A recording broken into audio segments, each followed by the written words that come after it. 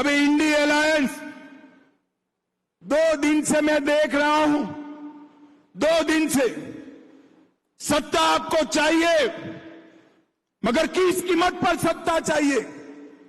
2 दिन से आप इस देश की संस्कृति का, इस देश के इतिहास का, सनातन धर्म का अपमान कर रहे हैं। इंडी अलायंस के 2 प्रमुख दल डीएमके और कांग्रेस पार्टी, इनके बड़े नेता, एक वित्त मंत्री का बेटा और एक मुख्यमंत्री का बेटा, वो कह रहे हैं सनातन धर्म को समाप्त कर देना चाहिए।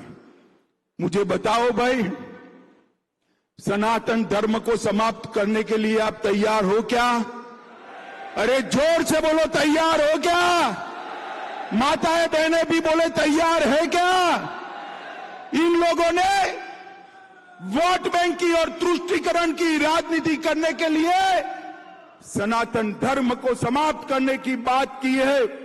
हमारी संस्कृति, हमारे इतिहास और सनातन धर्म का अपमान किया है, और ये कोई पहली बार नहीं किया है।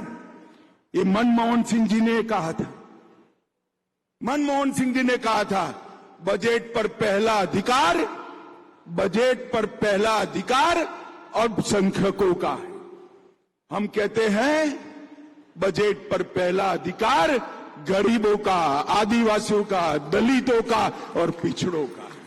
इन्होंने वोट बैंक की लालच में अल्पसंख्यकों का पहला अधिकार सिद्ध कर दिया था। आज ये यूपीए कहती है, कांग्रेस पार्टी के अध्यक्ष कहते हैं मोदी जी जीतेंगे तो सनातन का राज आएगा। अरे सनातन का राज लोगों के दिल में है, उसको कोई हटा नहीं सकता। और मोदी जी ने कहा है यह देश भारत के संविधान के आधार पर चलेगा, भारत के संविधान के आधार पर। अभी इंडी अलायंस 2 दिन से मैं देख रहा हूं, 2 दिन से सत्ता आपको चाहिए, मगर किस कीमत पर सत्ता चाहिए। 2 दिन से आप इस देश की संस्कृति का, इस देश के इतिहास का, सनातन धर्म का अपमान कर रहे हैं। इंडी अलायंस के 2 प्रमुख दल डीएमके और कांग्रेस पार्टी, इनके बड़े नेता, एक वित्त मंत्री का बेटा और एक मुख्यमंत्री का बेटा, वो कह रहे हैं सनातन धर्म को समाप्त कर देना चाहिए। मुझे बताओ भाई, सनातन धर्म को समाप्त करने के लिए आप तैयार हो क्या? अरे जोर से बोलो, तैयार हो क्या? माताएं बहनें भी बोले तैयार है क्या? इन लोगों ने वोट बैंक की और तुष्टीकरण की राजनीति करने के लिए सनातन धर्म को समाप्त करने की बात की है। हमारी संस्कृति, हमारे इतिहास और सनातन धर्म का अपमान किया है, और ये कोई पहली बार नहीं किया है। ये मनमोहन सिंह जी ने कहा था, मनमोहन सिंह जी ने कहा था, बजट पर पहला अधिकार, बजट पर पहला अधिकार अल्पसंख्यकों का है।